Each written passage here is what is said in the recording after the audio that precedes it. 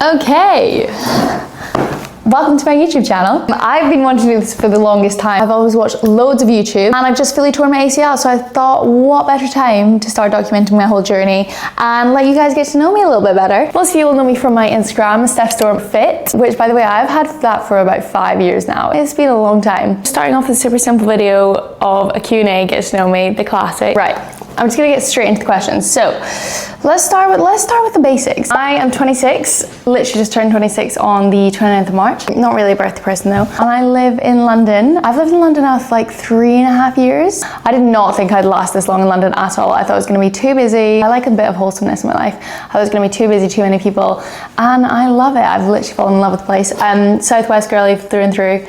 Started out in your classic Clapham and I've moved on up in the world to Wandsworth. What is your accent? So whenever people guess my accent, they always think I'm either American, Australian or Irish before they guess correctly, and I am Scottish. I am from a tiny little village on the east coast of Scotland. It's pretty near Edinburgh, so I went to school in Edinburgh, but for context, in primary school there was 12 people in my entire year. Like, we're talking tiny place. So London is like the complete opposite, and I love going home because I'm right on the sea, it's so quiet, although I do not go home often enough, sorry mum. Did I go to uni? Yes, I actually did. I went to Aberdeen. I didn't realise how far north it was when I went, so it's 3 hours north of Edinburgh. Haven't been back since. And I actually studied business and I hated it. I found it so uninteresting. You do 4 years of uni in Scotland and they don't make you do a year out in industry, which to me is mental because you learn so much more if they actually sent you into an actual business for the year. It didn't challenge me and I'm not good at things. If something doesn't challenge me, then it doesn't interest me. So I didn't put a whole lot of effort in and I focused more on fitness. I was obsessed with the gym at uni. I got my PT qualification and I started working in your good old Pure Gym and I started my Instagram as well at uni. So I kind of focused on my side hustles more. I got a 2-1, which is fine. What is your job? I'm self-employed and I take fitness classes on Mondays and Tuesdays just for some like steady income and to have some like in-person interactions throughout my week so I don't go insane. I've somehow ended up as an influencer. I hate saying that and I do change it depending on who I'm around, and sometimes I'll say content creator or most of the time I'll just say I work in the fitness industry. If you'd asked me back at uni, I would say there's not a chance in the world I would do this in my full-time job, but I do think I kind of hated it back then because I only did gym stuff and like diet stuff. I was definitely training for aesthetics, which by the way is never going to get you anywhere. It's not enjoyable. Do not recommend, do not do it. Whereas now I just kind of do a bit of everything. Do a whole load more gymnastics and I train for fun. I literally treat the gym as a playground, and now because my content's more of that kind of stuff and I get to do crazy adrenaline stuff as well, it's just so much more enjoyable.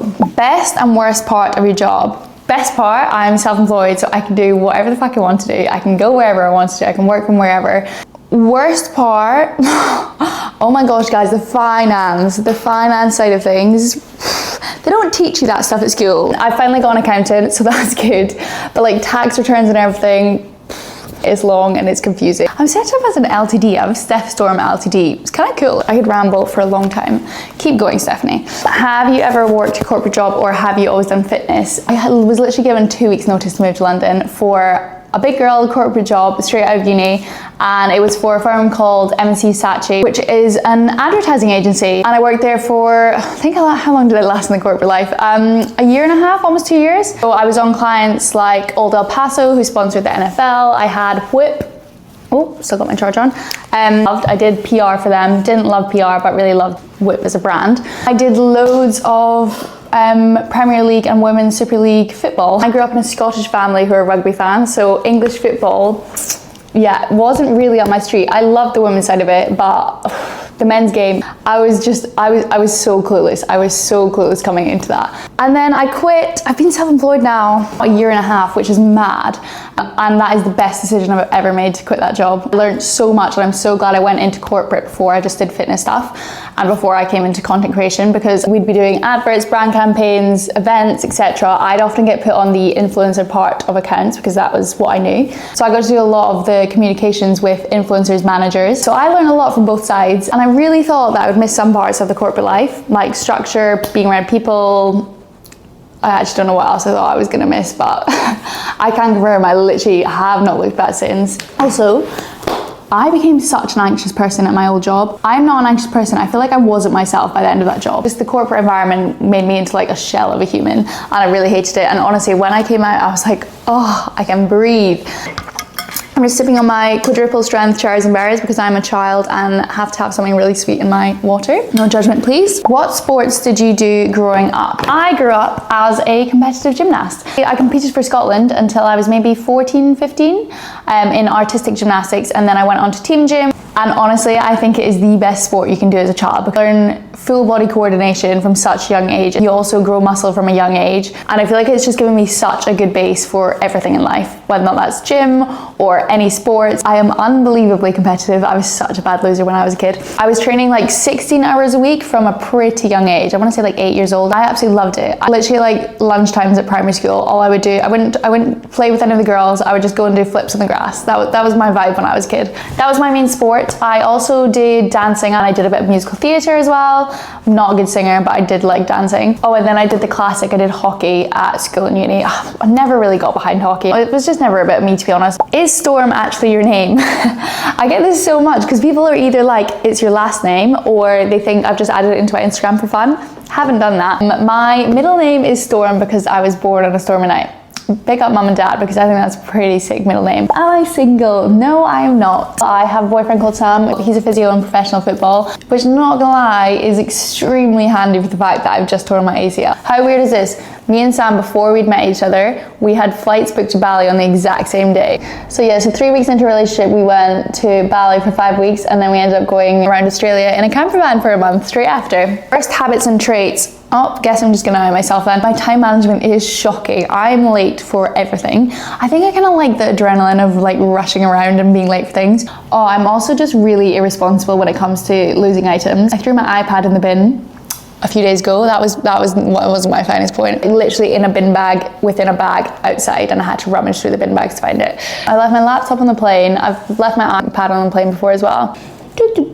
What fitness competitions have you done before? I've done 4 high rocks, 3 have been with girls, and I did my first mixed doubles last year, and I was about to get into a really hard training block for High Rocks London, and then I fully tore my ACL skiing. And then I've done 2 turf games. I've done a summer, which is way more fun, and then I did a winter. Oh, and I ran a marathon. I can't believe I was about to forget that. And I did it in sub 4 hours, which I'm still so proud of because I've never been a runner and I've never been very good at it. What has been your biggest challenge in life? Oh, okay, a bit of a deep one. Oh gosh, well, I had an eating disorder for 10 years, which is a bit crazy. And it's sadly really common when you grow up in competitive sports because you're so aware of your body from such a young age, and just that whole environment, like looking back on it, is so unhealthy. I do kind of believe that you never really fully recover from an eating disorder. I do still struggle with it every now and then. I'm happy to say that I'm so much better now, and I honestly think one of the big turning points is not training for aesthetics and not training for a specific body, because I grew up wanting to be the classic, the tiniest version of myself. I grew up pretty muscular from gymnastics, which now I absolutely love, and I use to my benefit and can appreciate my body for what it does instead of what it looks like, which I cannot recommend enough to everyone. Oh, this is a fun one. How would your friends describe you in 3 words? I'm gonna text them. Okay, Catherine says, wild, I'll take that. Strong, thanks, and confident. Nice. Okay, Jenna literally just replied. She said, fearless. I'm such a pussy about spiders, but when it comes to anything else, like jumping off a cliff, jumping out of a plane, that stuff like excites me instead of scares me. So fearless, energetic, and athletic. I think that's the nicest thing Jenna's ever said to me. What helps your confidence? I used to not be confident when I was growing up, but I would come across as the most confident person, and now I think I'm a pretty confident person. Honestly, #1 tip, fake it till you make it. Fake the confidence. By faking it, you're being confident. It might be fake, but you're practicing being confident, and the more and more you practice something, the more it becomes your reality. So, do you have any pets? I have a dog at home called Safi, which is named after a surf break in Morocco, because my dad is a surfer. Okay, next up, do you go out much? No, I don't, and I'm so glad to say that, because I was an absolute nightmare growing up with alcohol, and school and uni I would get blackout drunk the whole time, and I think I've actually finally matured and I don't do that anymore. I'll have like casual drinks here and there, but when I go out, maybe like once a month right now.